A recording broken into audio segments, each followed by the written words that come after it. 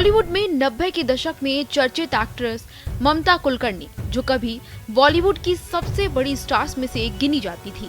ममता ने न सिर्फ एक्टिंग में धाक जमाई, बल्कि उनकी अदाओं ने लाखों लोगों के दिलों पर राज किया। लेकिन फिर कुछ विवादों में फंसने के बाद एक्ट्रेस का पूरा करियर बर्बाद हो गया, जिसके बाद वो सालों तक बॉलीवुड और इंडिया से दूर रही।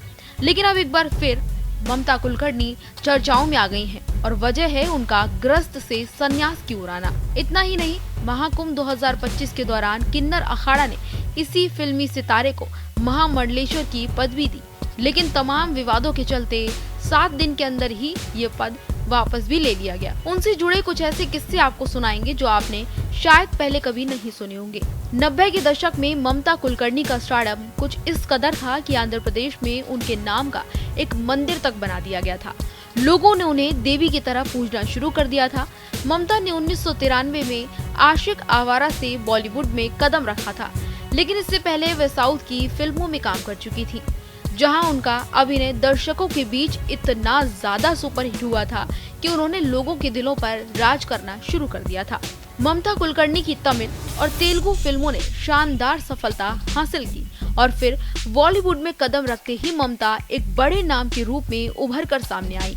1991 में आई उनकी फिल्म नवगल ब्लॉकबस्टर साबित हुई थी, जिसके बाद आंध्र प्रदेश के नेल्लोर में उनका मंदिर बना दिया गया था। इस मंदिर में उनकी मूर्ति की स्थापना की गई थी। ममता ने साउथ में अपनी एक्टिंग का जलवा बिखेरा और फिर बॉलीवुड में सैफ अली खान के साथ आशिक आवारा से डेब्यू किया। इस फिल्म ने उन्हें रातों रात स्टार बना दिया। 90 के दशक में ममता कुलकर्णी बॉलीवुड की टॉप एक्ट्रेसेस में से एक मानी जाती थी। उन्होंने बेताज बादशाह, गैंगस्टर, क्रांतिवीर, करण अर्जुन, आंदोलन, नसीब, क्रांतिकारी, घातक जैसी कई हिट फिल्मों में काम किया। हालांकि ममता का करियर अचानक से तब सुर्खियों में और ज्यादा आने लग गया जब उनका नाम अंडरवर्ल्ड डॉन विक्की गोस्वामी से जुड़ने लगा। इस घटना के बाद ममता कुलकर्णी ने फिल्म इंडस्ट्री से दूरी बना ली और अचानक देश भी छोड़ दिया। 2013 में ममता ने विक्की गोस्वामी से शादी की और फिर कई सालों तक विदेश में ही रही।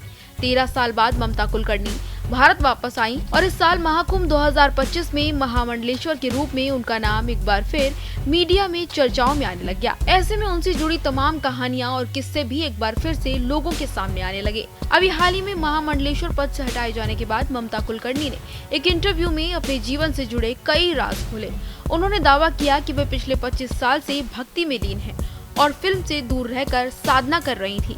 ममता ने ये तक भी कह दिया कि वे खुद महामंडलेश्वर नहीं बनना चाहती थी, लेकिन किन्नर अखाड़े के आचार्य लक्ष्मी नारायण त्रिपाठी के दबाव में आकर उन्होंने ये पद स्वीकार किया था। ममता कुलकर्णी से जुड़े इसी तरह के तमाम और किस्से और कहानियां जानने के लिए देखते रहिए भारत एक्सप्रेस।